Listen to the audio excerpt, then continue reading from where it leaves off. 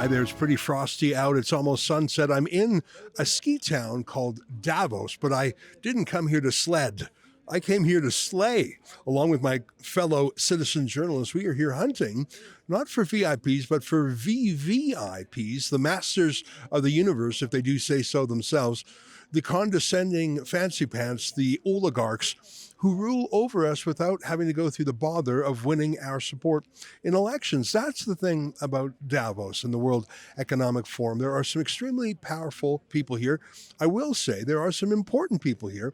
By that I mean they control much of our lives. For example, BlackRock, which has more than $10 trillion of assets under management. They have an effect on your life. There are many politicians here, retired and active. There are diplomats, lobbyists, everyone here with a scheme or a scam. There's money in the streets, but mainly there's power. And normally power is checked. We believe in checks and balances. We believe in an official opposition. We believe in a media that can scrutinize and criticize. We believe in access to information. We believe in, for example, registries of foreign lobbyists. But none of those things here are in the World Economic Forum. In fact, that's their selling point. The World Economic Forum is an alternative crypto government where powerful people come knowing that pay to play is okay, that what would be called a bribe back in Canada or the UK or the United States is called, I don't know, a sponsorship fee here. That applies to the journalists too, by the way. I say that there are very few citizen journalists like ourselves here, and it's true. There's 6 of us from Rebel News, there's 3 of our friends from True North, and there's a handful of others, maybe 15 altogether. But there are literally hundreds of other journalists here, but they are not here in their capacity as journalists. They're here as insiders. They're here as people who paid a sponsorship fee to Klaus Schwab, the owner and founder of the World Economic Forum. And so they get to sit on the stage. They get one of these kiosks, these pavilions along the promenade in the city. So if you paid hundreds of thousands of dollars to have a seat at the table, as a journalist, I can guarantee that you're not going to be asking critical questions. You're going to be in stenography mode. In fact, there's a little bit of tension between the citizen journalists of Rebel News and the official regime journalists.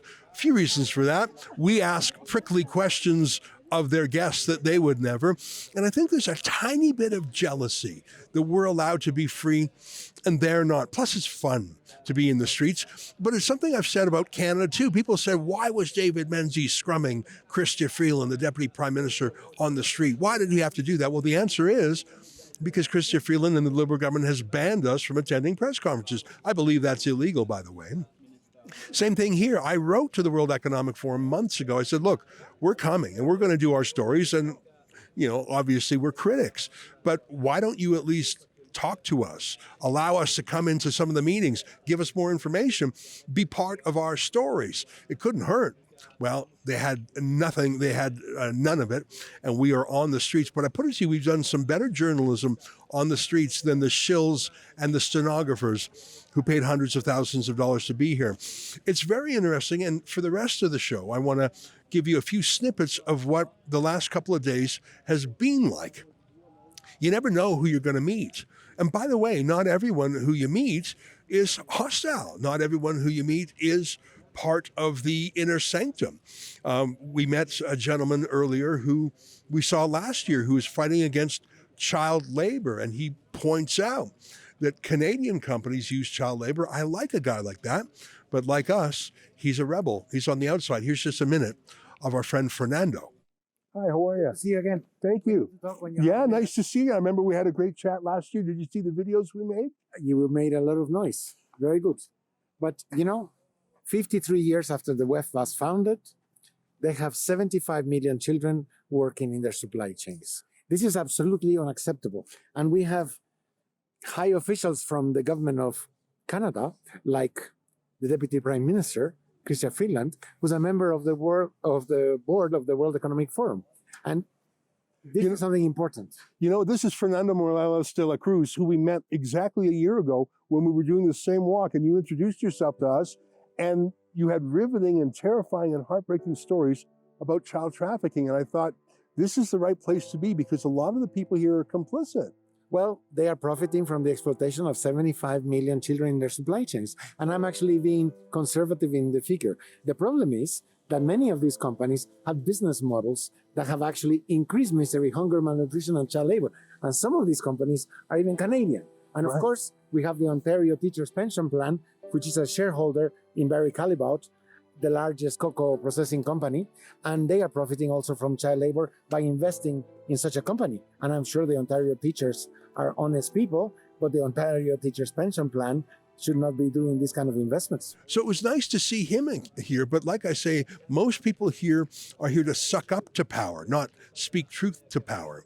But let me show you a few snippets from various interviews that we've done today and other videos. But I don't want to play them all in full because we have done so much work, it simply wouldn't be enough time. So I'll show you excerpts of some videos, but I want you to see it in full, because this is actually our largest journalistic project of the year. As you know, sometimes we go on little missions, little journeys. I think, for example, of when I went for 2 days to cover the riots in Marseille, France.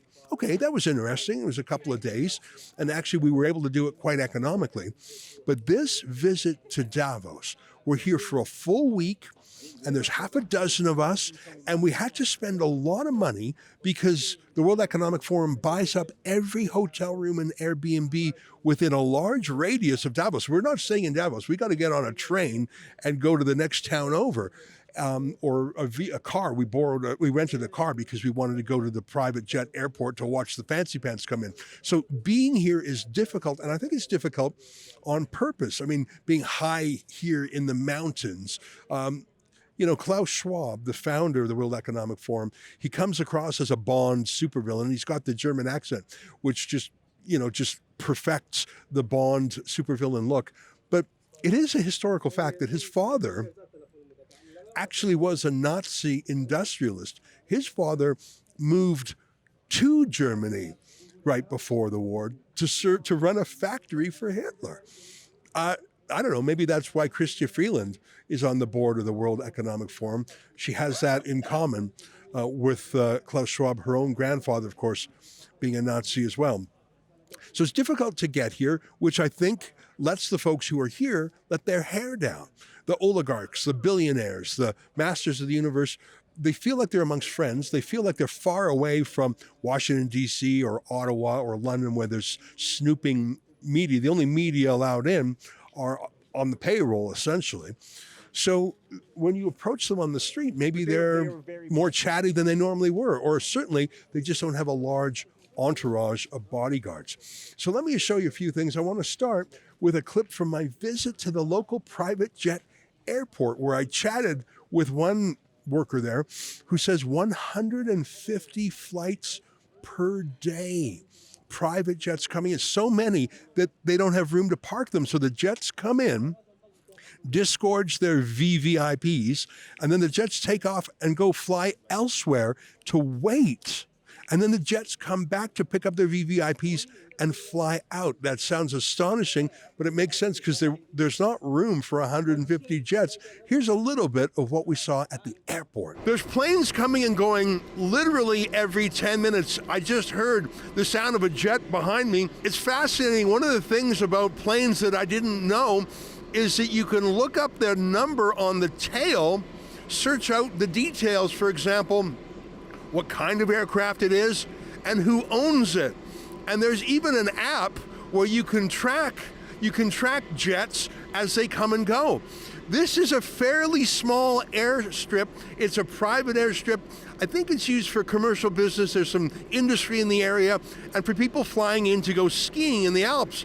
But this 1 week of the World Economic Forum is the busiest week by far for this little airstrip, and you see massive jets that you wouldn't normally see. It's so busy, it's such an important part of their business that the website of the airport has its own special menu bar just for the World Economic Forum. You could read it yourself.